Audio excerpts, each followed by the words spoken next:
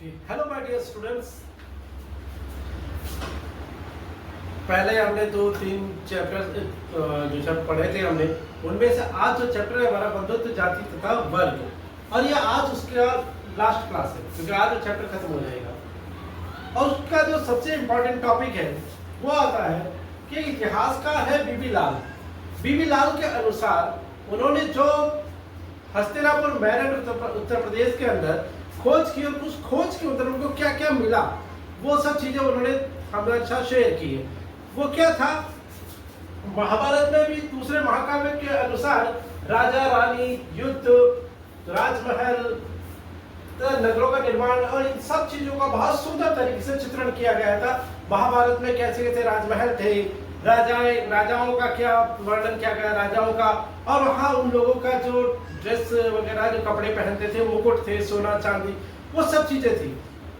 उन सब का बहुत सुंदर तरीके से चित्रण किया गया है। अब उस चित्रण को बीबी लाल के अनुसार, बीबी लाल ने वह खुदाई की, उस खुदाई में उनको क्या साक्ष्य मिले, उन साक्ष्यों का, उन सबूतों के बारे में हमें डिस्कस करना होगा। हम वही डिस्कस करेंगे आज, ठीक है।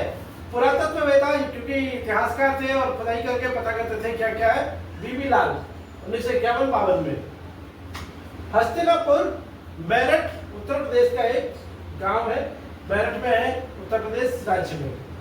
गांव में खोज प्रारंभ की गई थी।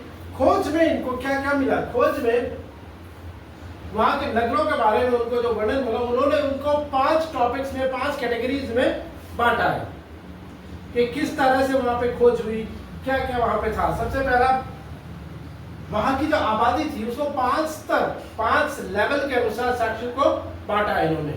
पहला, घरों की कोई निश्चित परियोजना नहीं होती थी। घर बनाने के लिए कोई फिक्स कोई ऐसी प्लानिंग नहीं होती थी, कोई पहले प्लानिंग किया जाए और या प्लान करके तैयार किया जाए, ऐसा कुछ भी नहीं था।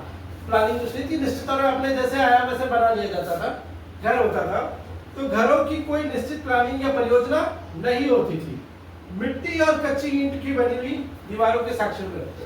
मिट्टी और कच्ची ईंटों से बनी हुई दीवारों के साक्ष्य मिले। मतलब घर कच्ची ईंटों से होते थे, उसको दीवारों से पूरा प्लास्टर किया जाता था, ऐसे किया जाता था, और ऐसा कुछ भी नहीं था कि उसको बहुत, ठीक है। अब दूसरा, कुछ घरों की छत सरकंडों से बनी होती थी। घरों की छत जो थी वो सरकंडों से बनी हुई होती थी। सरकंड एक तरह का घास होता, उस घास पर मिट्टी को लेप करके किया जाता, प्लास्टर कर दिया जाता था। तो छतों को भी सरकंडों से बनाया जाता था। और कुछ ये भी मिला है साक्ष्य कि कुछ दीवारें भी सरकंडों से बनी हुई होती थी, उनको भी मिट्टी से कवर किया जाता था।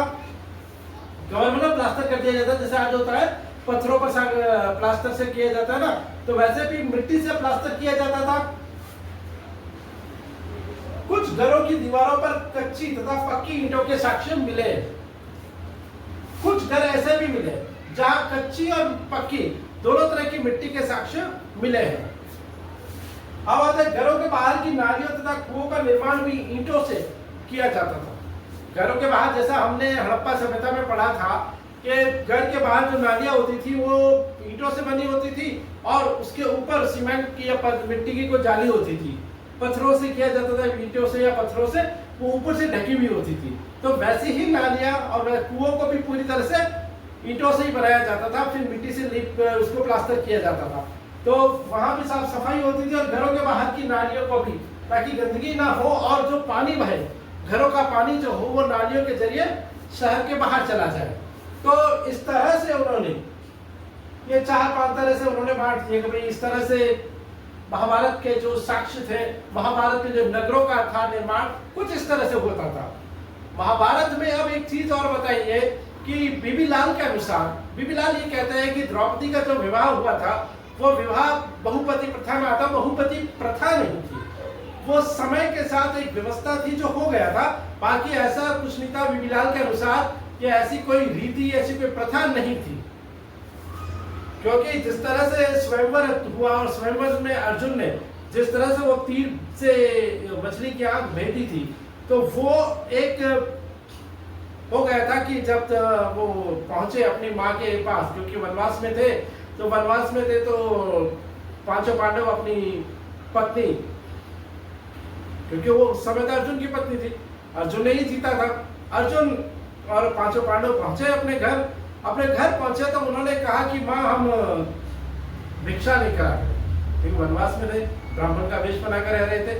तो उन्होंने कहा कि हम भिक्षा लेकर आ गए हैं।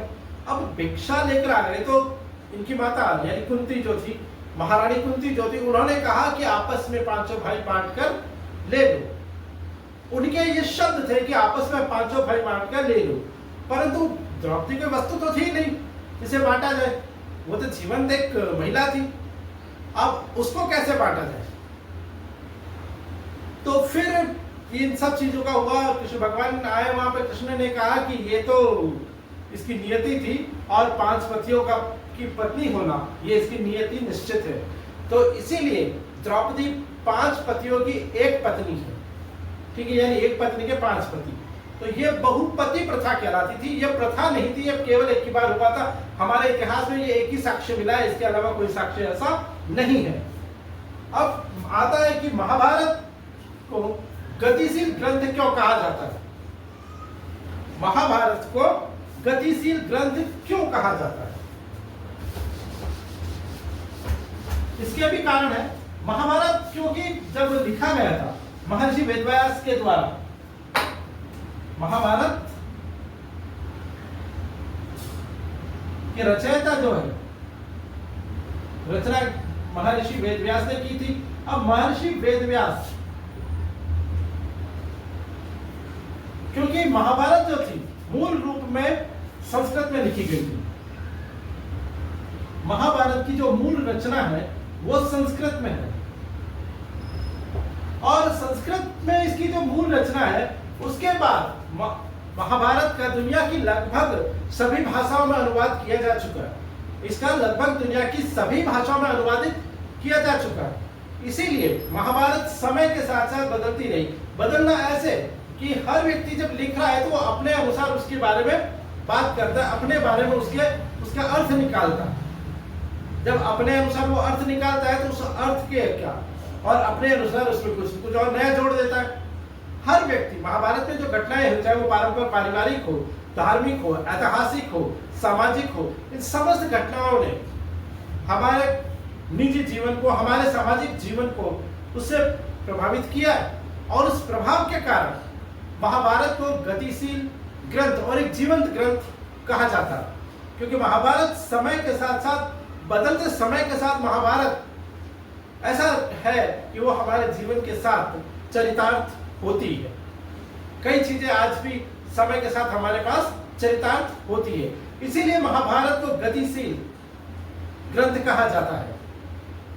अब इसके साथ कि मैं महाभारत की गतिशील ये चैप्टर यही समाप्त होता है, मैं आपको ये भी बता दूं कि महाभारत का ये जो चैप्टर है बंधुत्व जाति वर्ग, इसका मैं एक समरी का भी वीडियो बनाऊंगा, एक ऐसी क्लास जिसमें पूरे चैप्टर को कुछ समय में आपको समझा सकूं, रिकॉल करवा सकूं, ताकि इसमें से आने वाले जो इंपॉर्टेंट क्वेश्चंस हैं वो भी आप समझ सके।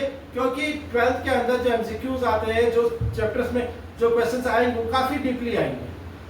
और आप ये मान के चलो, शुरुआत थी आप यही से मान के चले कि अभी से आपने सिलेबस शुरू किया है तो आने वाले एग्जाम्स तक आपको काफी डीपली नॉलेज हो, और पेपर चाहे कितना भी टफ बने, टफेस्ट बने, उससे कोई फर्क नहीं पड़ने वाला। अगर आपने अपनी पढ़ाई शुरू से बिगिनिंग टू एंड तक अच्छे से की है तो आपको कहीं कोई फर्क पड़ने वाला नहीं है कि एग्जामिनर पेपर कैसा बना रहा है, कोई फर्क नहीं पड़ता। टफ पेपर बनता है तो बनना ही, बस इसी बात का फर्क पड़ता है कि हमने कैसी तैयारी की, हमारी तैयारी कैसी है, बस वही रहेगा। मैं आपको बिल्कुल अश्योर करता हूं कि मेरे कंटेंट्स में मेरे जो टॉपिक्स होंगे, और मैं आपको नोट्स भी प्रोवाइड करवा दूंगा, पीडीएफ आपको प्रोवाइड करवा दी जाएगी, काम चल रहा है उस पर, बहुत जल्द आपको पीडीएफ भी प्रोवाइड करवा दी जाएगी हिस्ट्री की पूरी class 12। Okay, thank you very much students, have a nice day.